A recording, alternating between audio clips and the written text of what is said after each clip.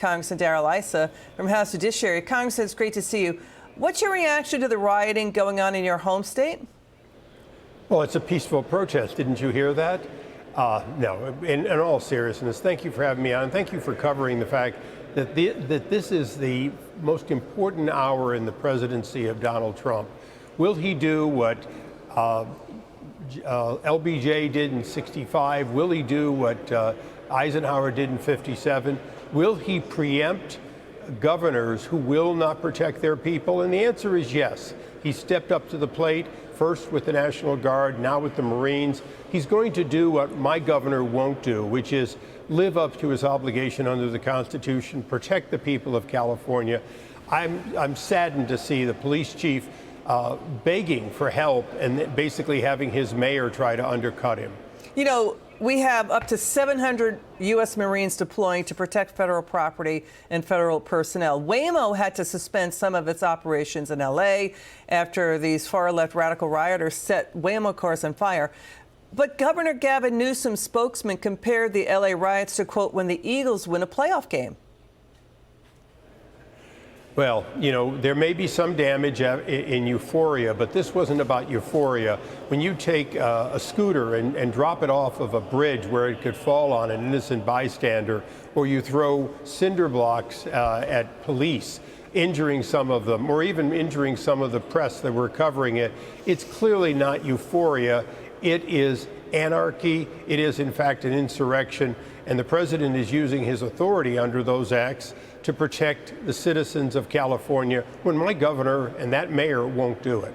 Yeah, I mean, at least 25. We saw up to 40 people died in the 2020 social justice riots. The president certainly likely remembers that. But, you know, Congressman, Democrats continue to downplay what is going on. Please, let's get your reaction to this.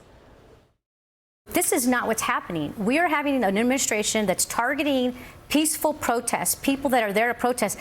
The president is sending the National Guard because he doesn't like the scenes. He doesn't like the scenes of people peacefully protesting. The night before this action was taken, there was a protest that got a little unruly late at night. Well, I was surprised at the way that the police chief was describing all of this.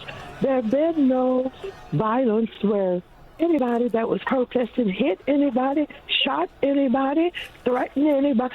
Nothing has happened.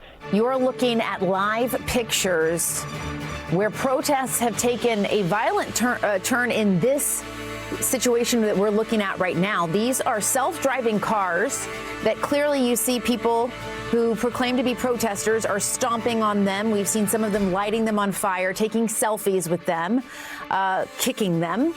They're destroying property, assaulting law enforcement and their police horses, pouring gasolines on cars, setting them on fire.